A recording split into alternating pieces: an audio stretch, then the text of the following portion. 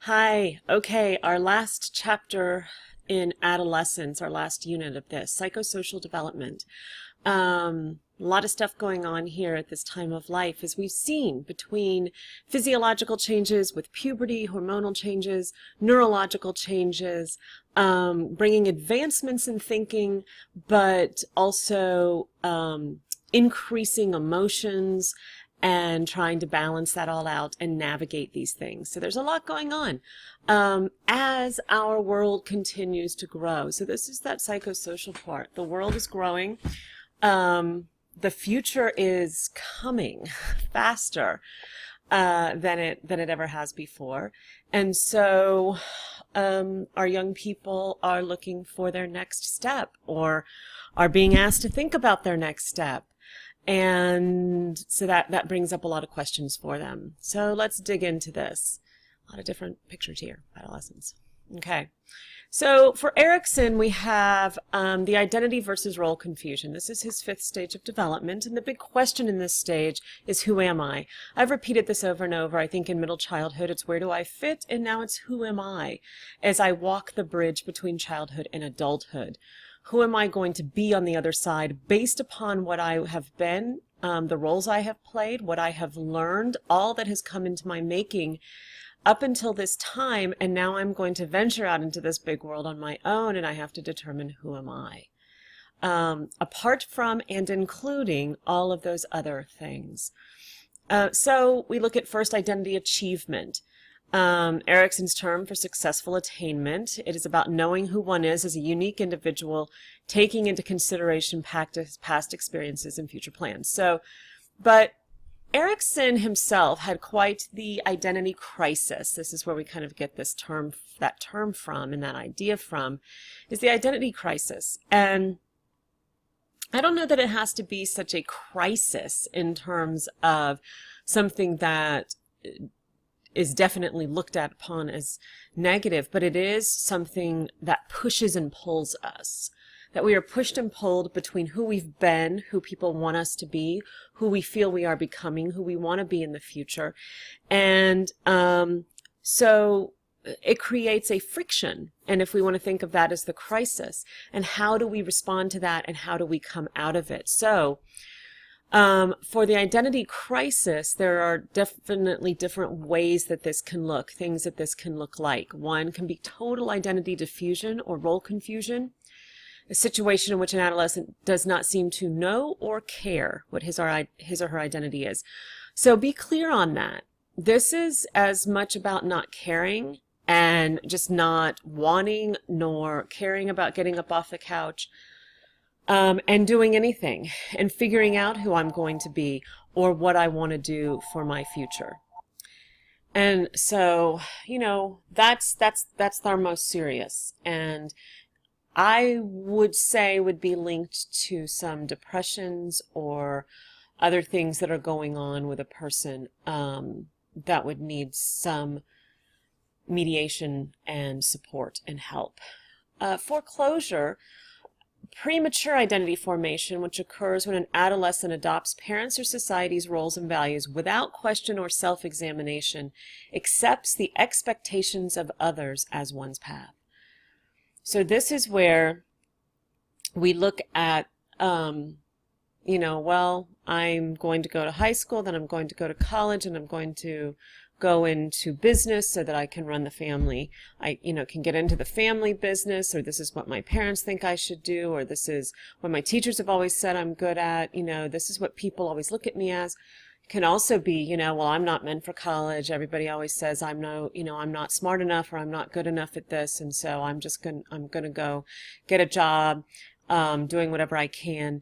So kind of foreclosing on ourselves, kind of like a house foreclosure, when it's just, we kind of shut it down in terms of our own seeking of identity. Now, foreclosure can look like success, absolutely.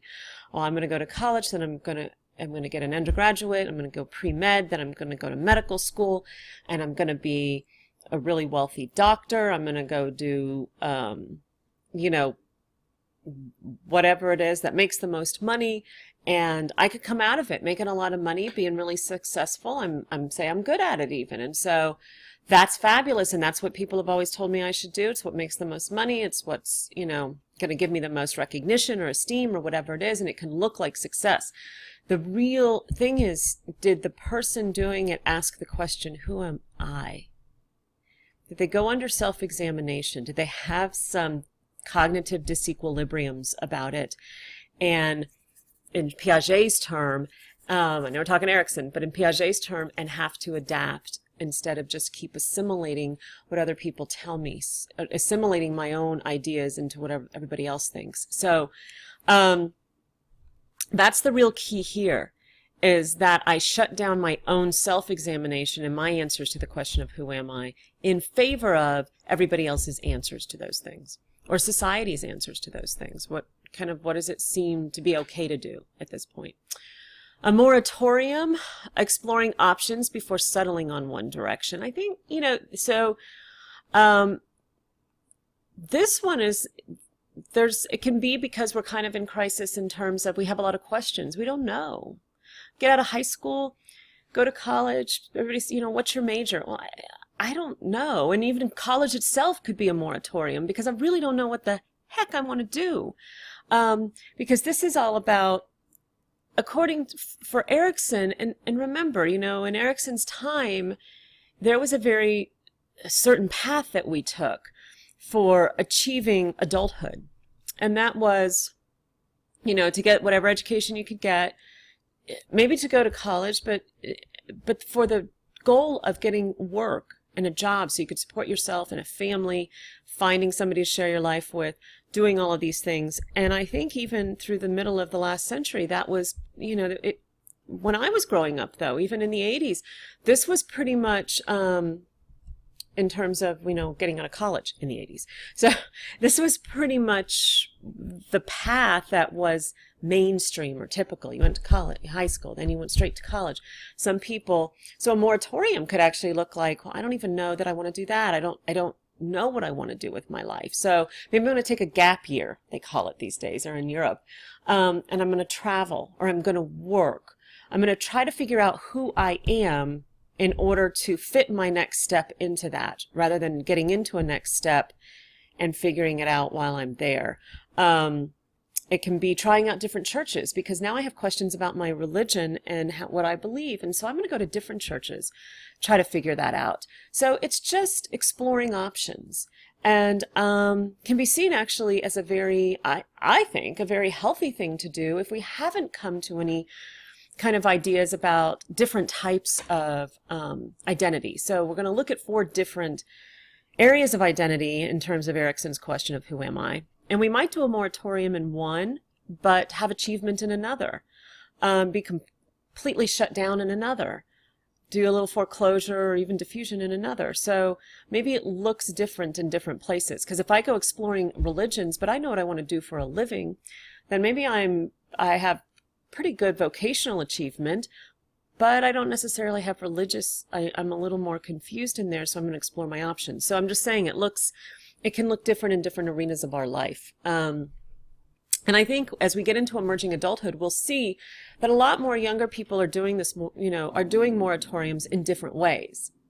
Moratoriums used to be pretty limited to, let's say, college for some that could go, and the military could be even a moratorium for some. Now, for some, that's achievement. They know they want to do that. That's absolutely their journey and their plan. For others, it can be a way to try to figure out and give themselves some time before having to take on the roles of adulthood. And that brings up the question of, what are the roles of adulthood? How do you actually define adulthood?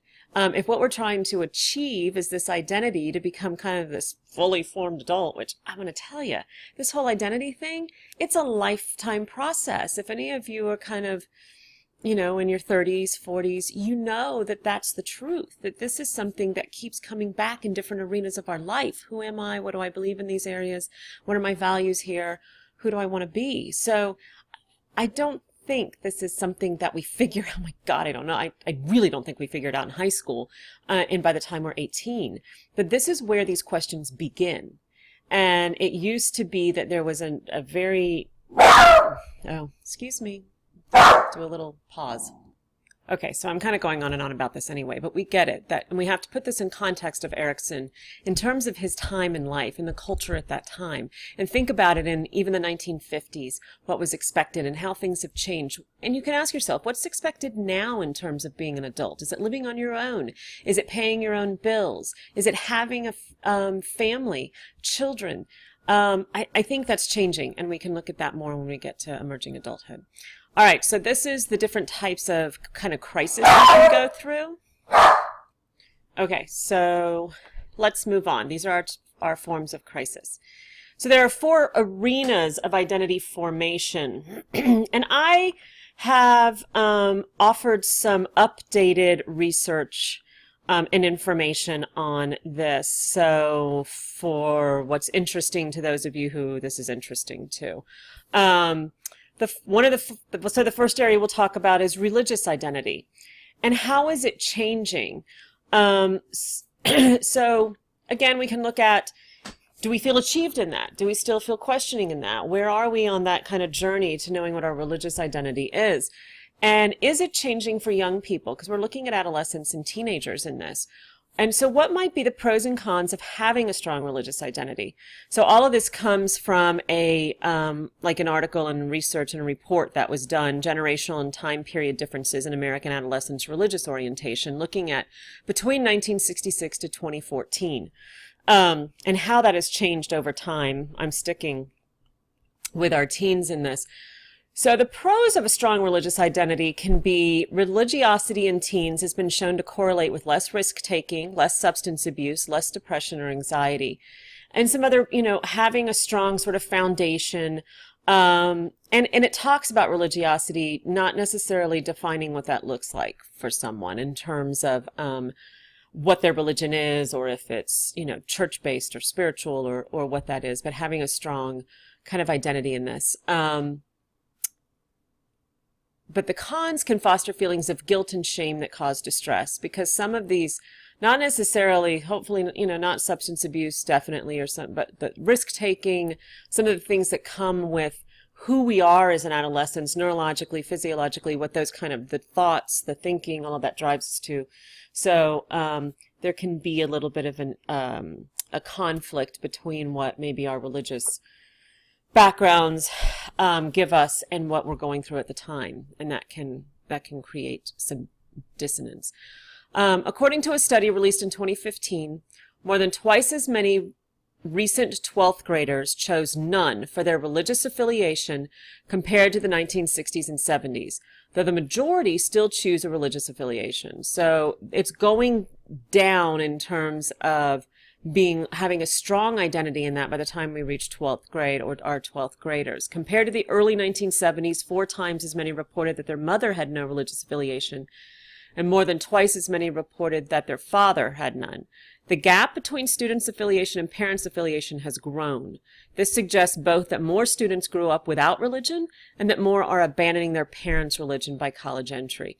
So this is interesting, because what some of the earlier text type stuff will say is that most teens foreclose on religious identity. And I think definitely in Erikson's time, and I think through time, we have seen a lot of this, that there's just a kind of a foreclosure in religion, just kind of following what parents do. We might see that gap widening over time as the parenting generations may be changing in their religious identity, either between not having as strong a one or having one, and now teens are becoming more questioning of those earlier on. So just kind of compared to the 70s, we're seeing a shift in this. Compared to those in the 70s, 12th graders in the 2010s are less likely to say that they believe that churches and religious organizations are doing a good job, less likely to say that they should have more influence, and less likely to donate to religious organizations. The decline in religious orientation is most pronounced among whites, lower socioeconomic individuals, girls, Northeasterners, and political liberals, and is smaller among Black adolescents. Politically conservative adolescents did not differ in service attendance between the 1970s and the 2010s, and actually increased in service attendance and the importance of religion between the late 80s and the 2010s. So it looks like the liberal population is kind of changing more in this and not the conservative. So this is just to give you a little bit of a snapshot of what it might, and you can certainly go and look up this article if you want to really read deeper into this particular form of identity, which can be interesting.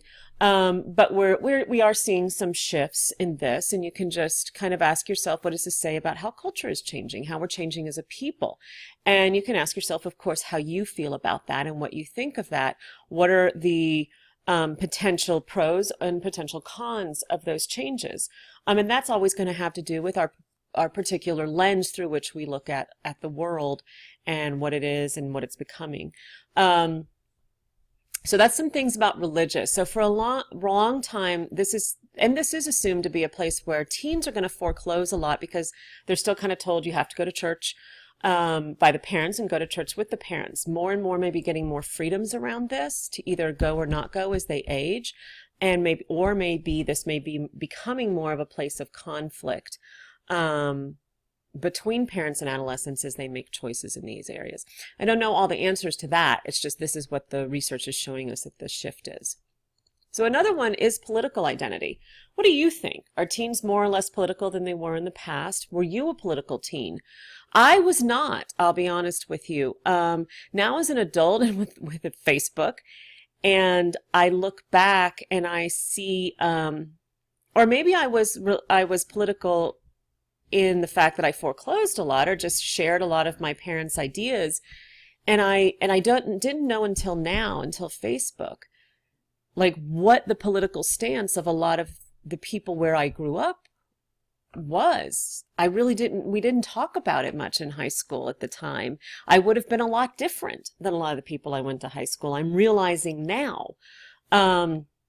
But I didn't know it at the time. So where were you when you were a teenager in terms of your political identity? And what do you see in students now? I mean, in emerging adults, which is what I work a lot with on campuses and so forth, I'm seeing, especially with this election year, a lot of political fervency, a lot of interest. We're seeing that in especially in that population of emerging adults are having some play and voice. But I don't know about the high school set because they can't vote. So what do they think? But they have mock elections. Even in 5th grade, my son and his friends are talking about the candidates and what their feelings are. But they're more than likely parroting what they're hearing at home, especially in the 5th grade. So how many of our teens are doing that? Are teens more or less liberal or conservative than their parents, or are they the same?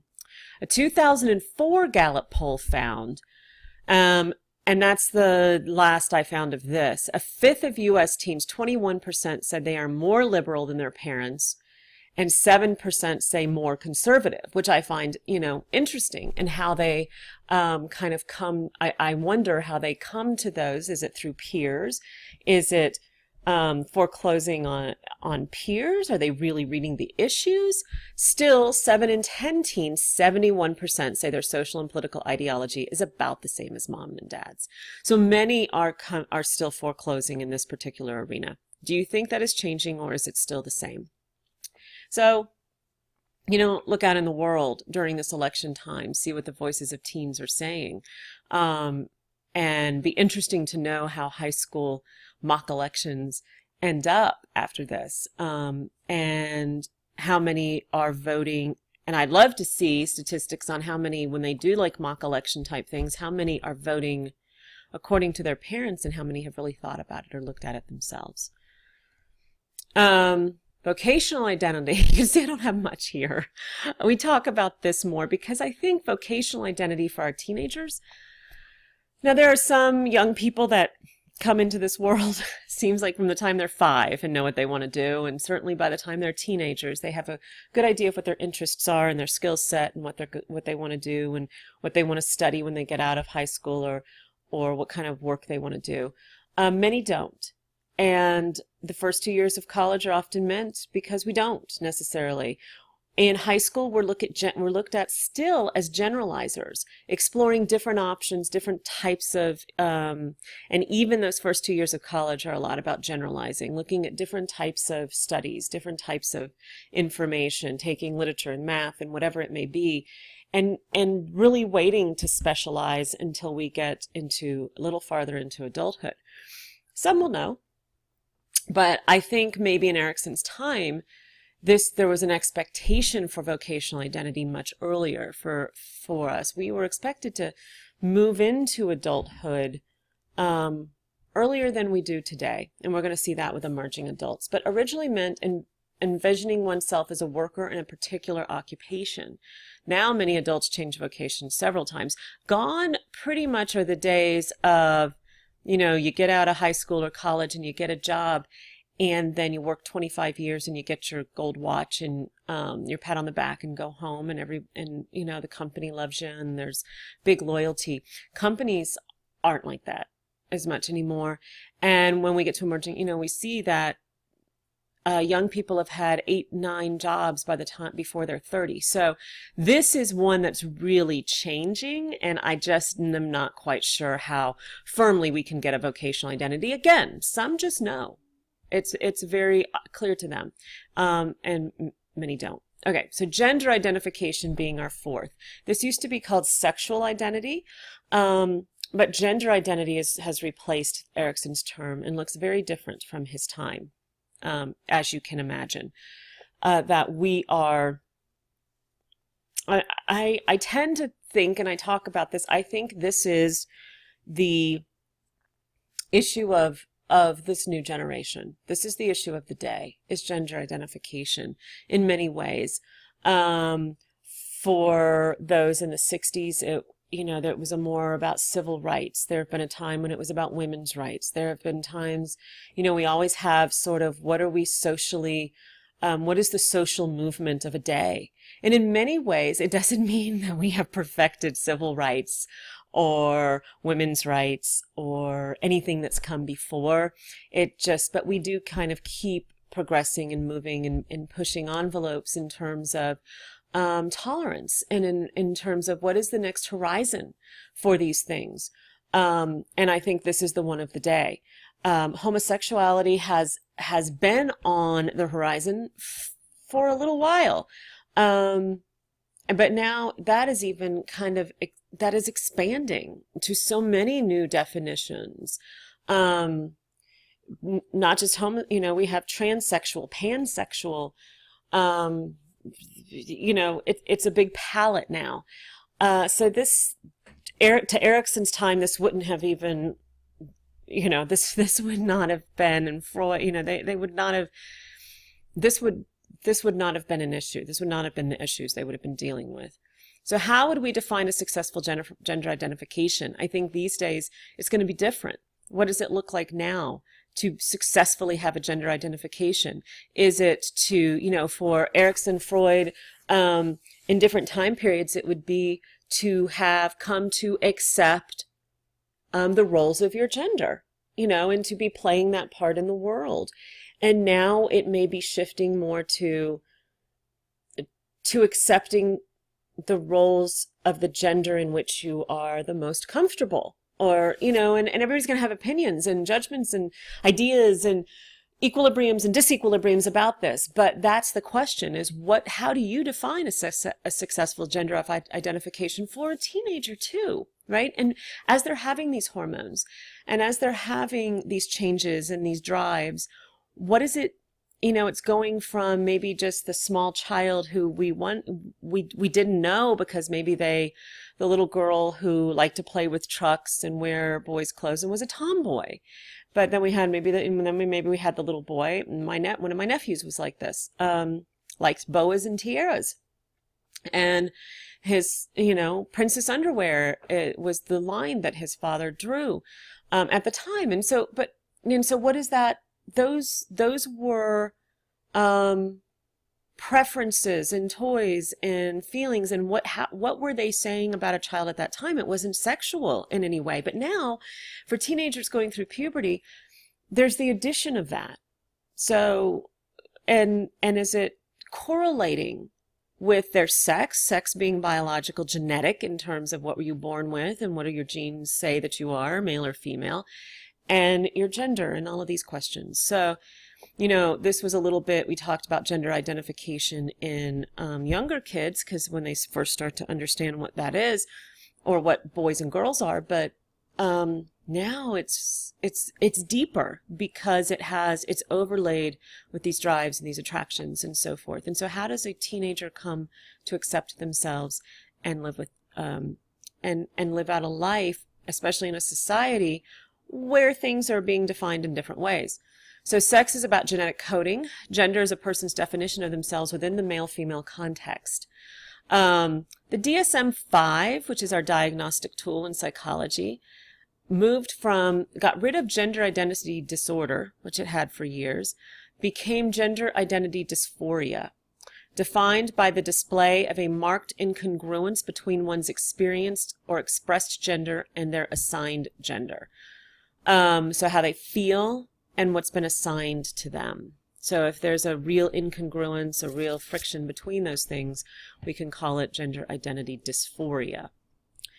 And the thing about this may be that, so some people really argue with the idea that this is in the DSM at all, that there's a diagnosis for this, because it used to be that like homosexuality, so this is a disorder, or, how are we looking at it? What is the lens through which we're allowing this field and society to look at this?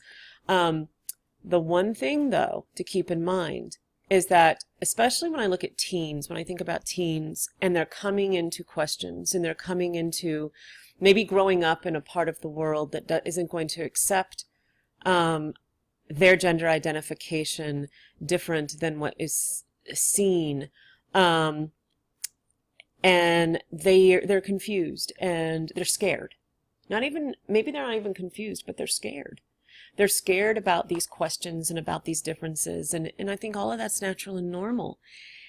You cannot get help. Insurance is not going to help pay for counseling, therapies, and insurance is not going to pay for any kind of like gender change treatments and so forth, unless there's a DSM diagnosis. Even potentially there's no opportunity. So you have to have a DSM diagnosis. So that's actually one benefit to having this. I see as a professional in that it can offer people help for resources in this.